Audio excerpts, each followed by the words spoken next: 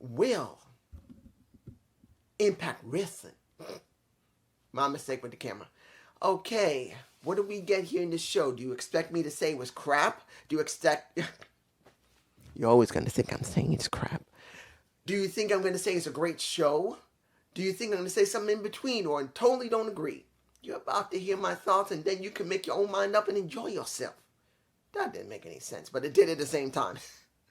Okay, before we get started, two things. One, the Las Vegas crowd sounded very good. Now, they were in a bigger normal than arena, and the camera showed it. The overhead cam, well, the sky cam, I think that would be the best way to call it, panned around the arena on and off throughout the show, which was good. You get to really see how many people are in that damn venue. Finally. Audio was semi-alright. It wasn't that great. As we already know, audio when it comes to listening to the crowd has never been good. Never. And I'll understand why they don't get it. AEW gets it. WWE gets it. And as the supposedly one of the third biggest promotions that's been known for years, they don't seem to figure it out. And it can't be because the venue's not capable of handling the audio. Here's the interesting thing. Camera work wasn't good. In fact, it's worse than normal. You know why? The person who's currently working in the back, in production, decided, hey, we have not been doing something great with the camera. Let's make it even more cinematic like this. There you go. Make it more cinematic. Make sure the sky cam, the cam over the ring, sees a lot more. Let's zoom into the faces even more better than we normally do and try to make it detailed. And guess what? They didn't catch shit in the ring. When they focused like that, almost all of the work everybody did in that damn ring was almost impossible to see. So in fact, they made the product worse. Even though the work in the ring is still, and I've never said the work in the ring was bad. I want to make this clear to anyone who listens Impact or anywhere else. Let's say one of the people at promotion actually sees me. How you doing? And heard that I've always bashed the product. Well, guess what, Sunshine? As William Regal has said, I've never said the work in the ring has been trash. You got the best wrestlers there. Even though it's been the same wrestlers, no one's ever said they couldn't wrestle. Problem is, if your camera works like this, majority of the time, and at one point you had Alex Shelley grabbing the camera like this, does that mean people at home are going to enjoy it more? Are you kidding me? No! Who wants to see someone like this, or worse, this, and you're doing this?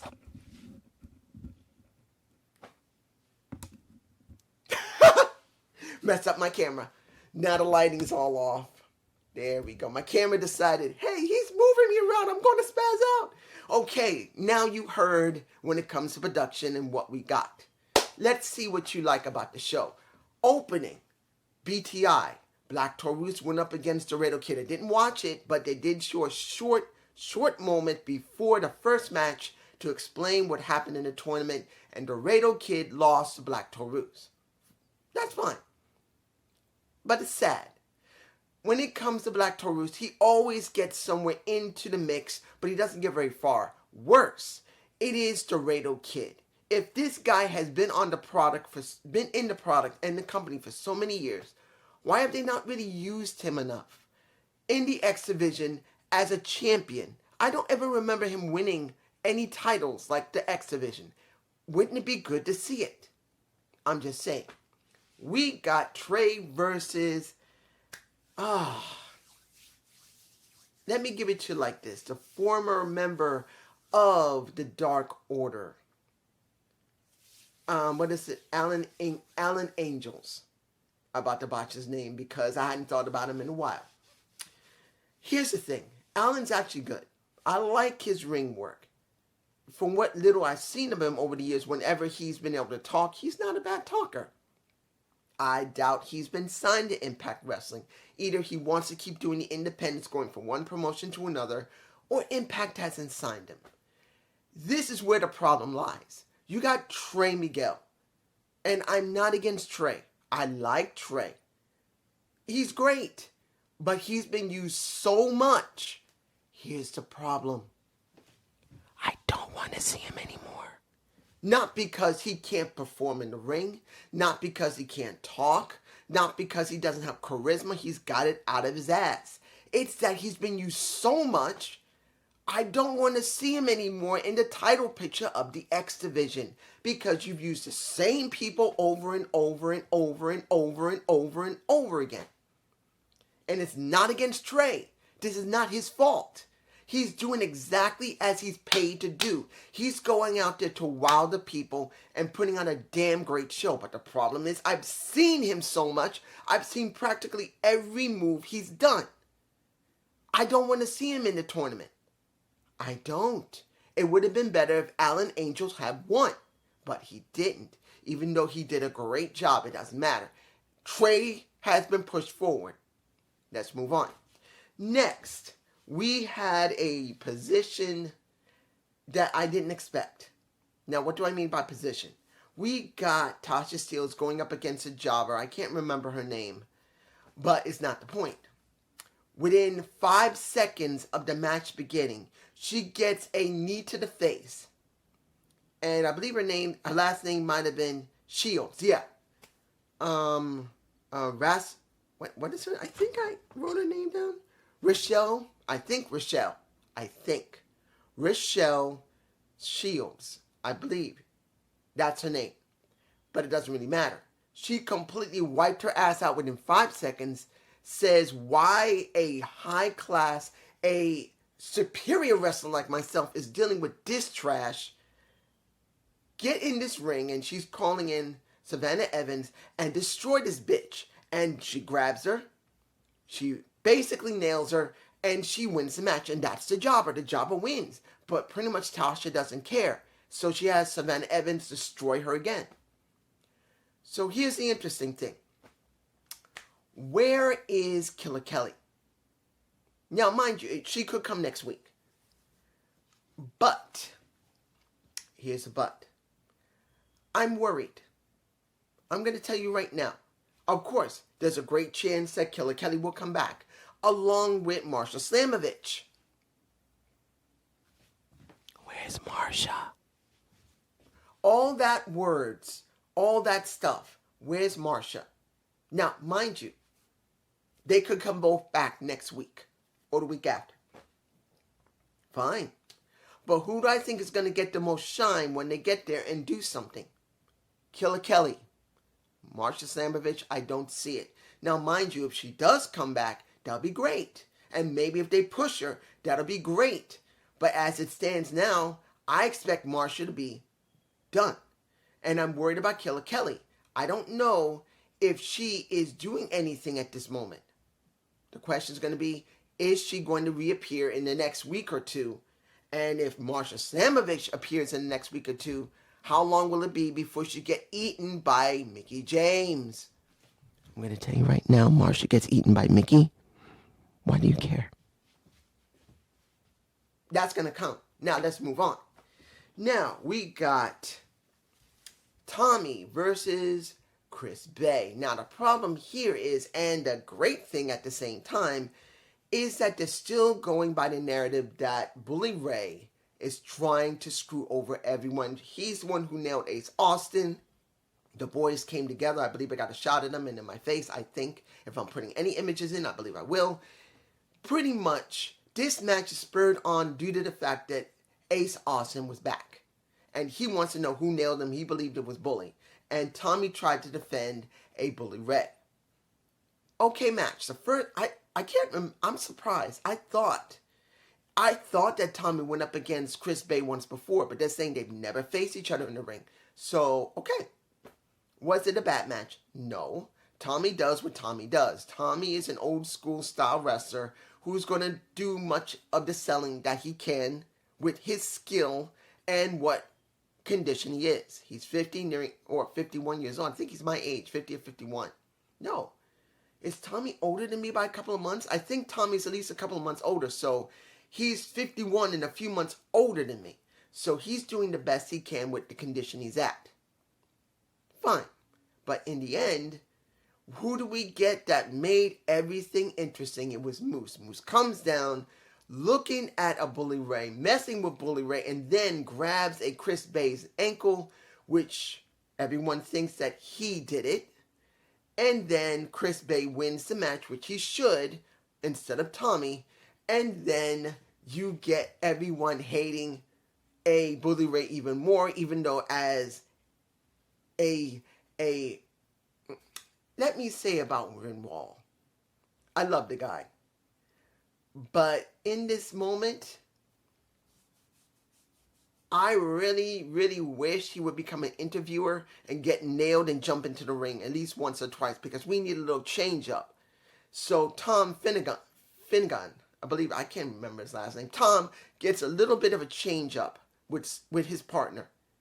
I'm not saying it'd be great, but I think that's what I would like to see. But as you already know, Bully is still being blamed. And Tommy is doing his best to try and deal with it. Let's move on. Now, I know I could have started with this, but I'm doing it now because it needs to be stated. Because I'm going to talk about the Honor No More.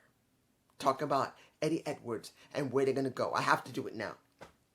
Since we already know the Kingdom, OGK, is in AEW, Scott and the creative team and the management of Impact Wrestling had to make it important how special Honor No More was, as well when it came to Matt Damon and Mike Bennett, to make them feel important.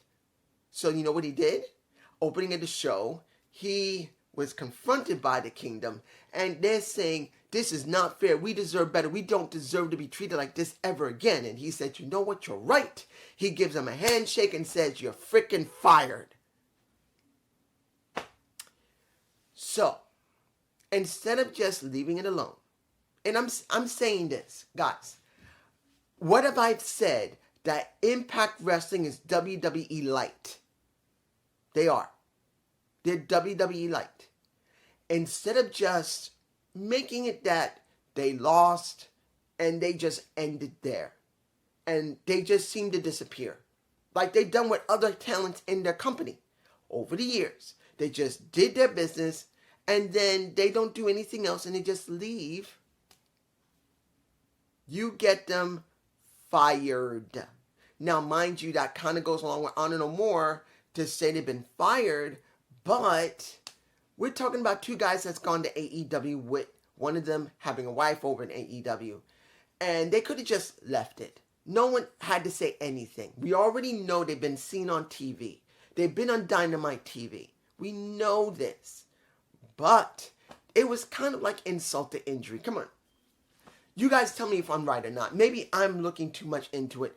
But it's like, you guys are going to AEW. Great, wonderful. But we're going to have to make you look bad. Why? Why do you need to make them look that bad? The only thing you have to do is just make them disappear. You could have had them just not come back. And Eddie could have explained it. That they said they're done. They can't handle it anymore. They left the company. That would have made more sense and helped the Eddie Edwards storyline than anything else, because this is about Eddie. Because look what happened later in the night. We got the Eddie Edwards interview with Gina. And what we get? What did we really get? We get him pretty much saying Honor No More is no more. And asked, well, what about your wife and you? And he says, whatever happened between me and my wife is private. I'm not going to say anything. But she asks, since this is now over, if you look back in the last year, would you have done it again? He says, yes, I would have done it again, because we were trying to bring honor. We were trying to bring things here. But we pretty much had been stunted from the very beginning because of one person, PCO. I knew I was going to have trouble, and I needed a monster, but I got a bitch. So now my focus is PCO. This could have gone along helping Eddie Edwards, at least in my humble perspective. That only thing Eddie had to do was say that me and the others talked about it. They left. Matt, when it came to Mike, when it came to Maria, they just said, we are done. We couldn't handle anymore. And they told me they left. I think that would have been more respectful to OGK than actually being fired. Guys, we want an Impact Wrestling that's different, that's special. Not a WWE like that a Vince McMahon would run. So seeing them get fired by Scott Demont, what does that make it better? No. Now, is it good to see that PCO and Eddie are going to be focused on? Yeah.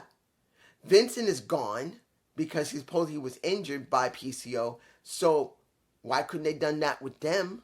So you get my point, right? You see what I'm saying? Now, let's move on.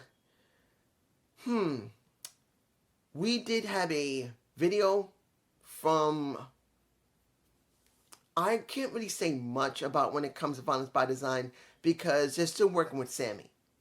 This is still about Sammy dealing with This is where it gets kind of hard for me because they really haven't done much with Honor No More. And now you're sticking Honor No More and Eric Young with a Sami Callihan, where they both would be better as partners than they would be as enemies. But you're doing this, and it's kind of a difficult thing. We have to see how it's going to develop, so I'm leaving it. Now, when it comes to Aussie Open, they're going to be going up against some team. And after what happened with Josh getting attacked by a Steve Macklin, and now that Frankie tried to help him, they both talked about it, and now they want to go up against Aussie Open. Did a little fist bump. Now, does that mean it's going to be a good thing? I don't know. Let's just hope they don't try and say the line that everyone hated in WWE. Can they coexist in their match? That is something I see coming. Because this is a WWE Light promotion. It's just sad to see that it's a WWE Light promotion. And I have this feeling that either Matthew or Tom is going to say, can these two actually coexist in this match since they're going to be dealing with Overdrive soon? I bet they may say that, or they may hint to it. I'm hoping they don't, but that's the way it feels. Let's move on. We have, we got, how can I say this? Due to the fact that Rhino and wouldn't it have been better that the switching of the titles happened at the pay-per-view? I think that would have been better than doing it on an Impact show, but since they never scheduled things to work within the pay-per-view along with the people's contracts, we got Rhino and Heath getting the titles on a regular Impact show. Unless they purposely did that, which I think was wrong. They should have did it at a pay-per-view, and it would have been easier for OGK to leave.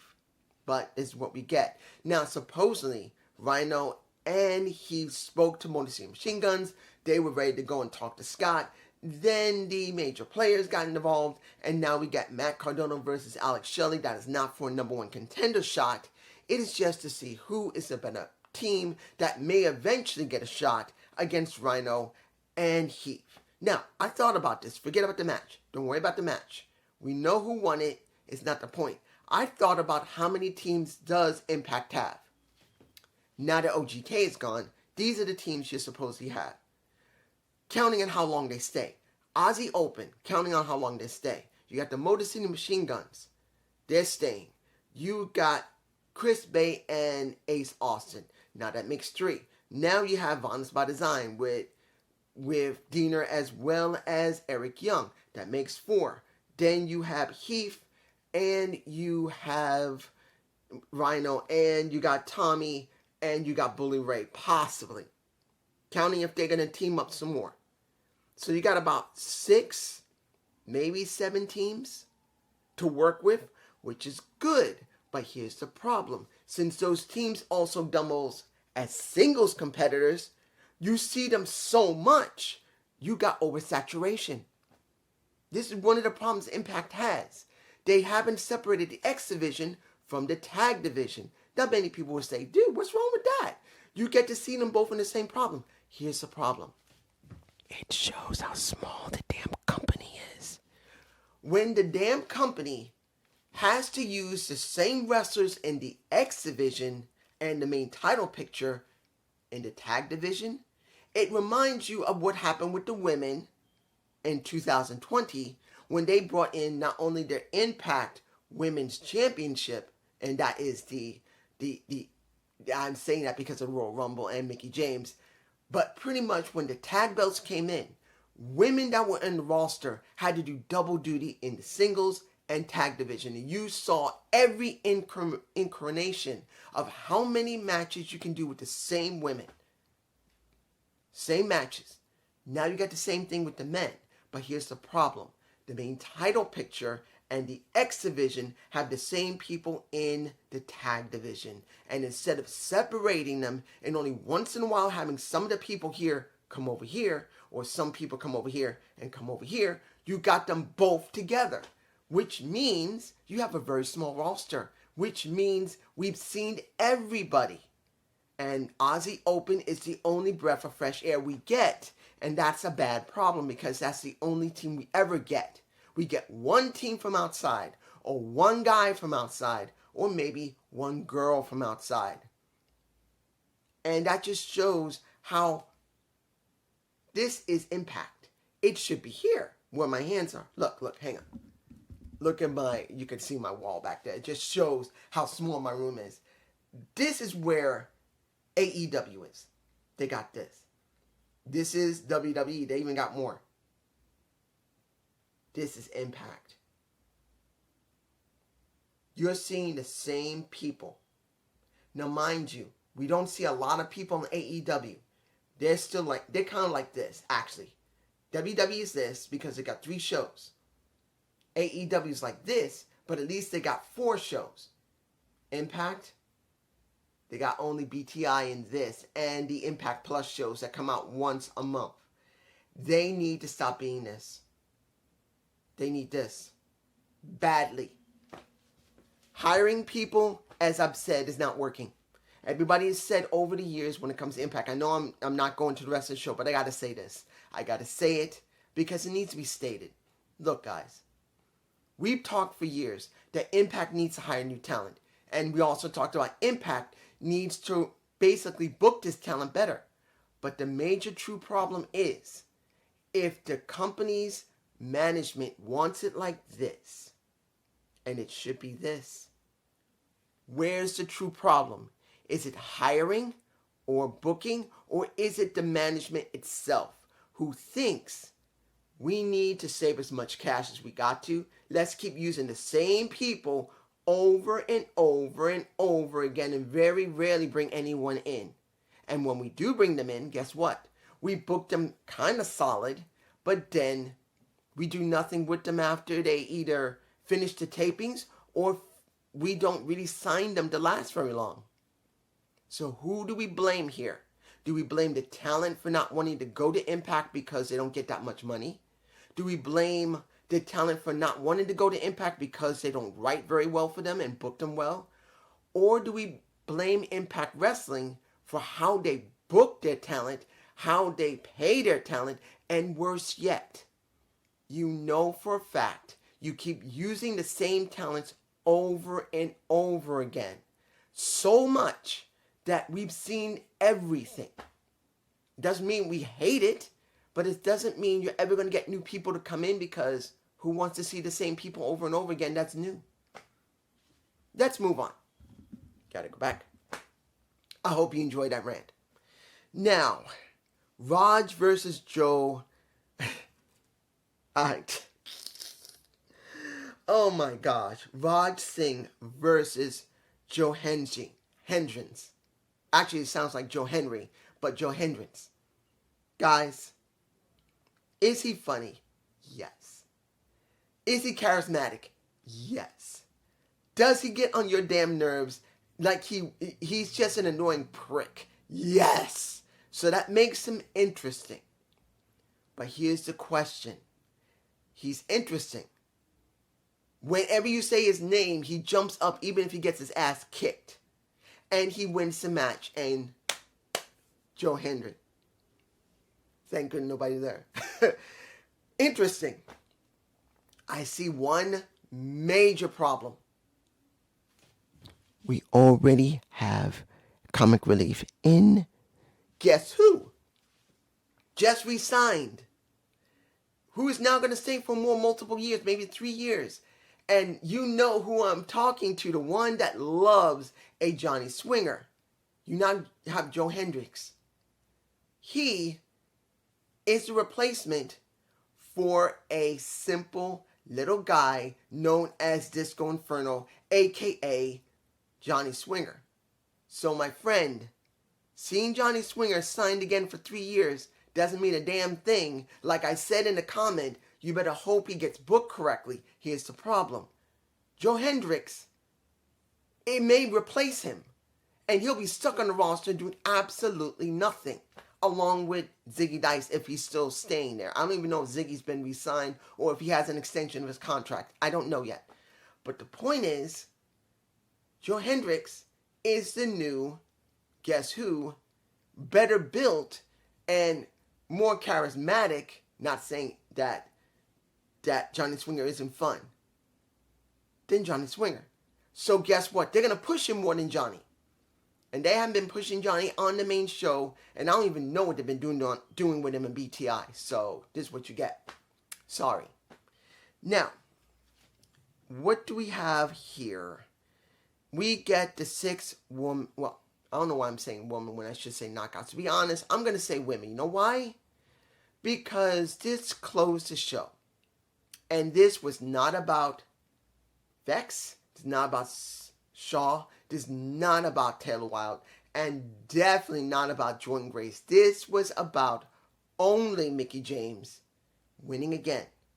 They want to try and make it different. They want to try and hide the fact that they're doing everything they can to make Mickie James relevant to go through the roster.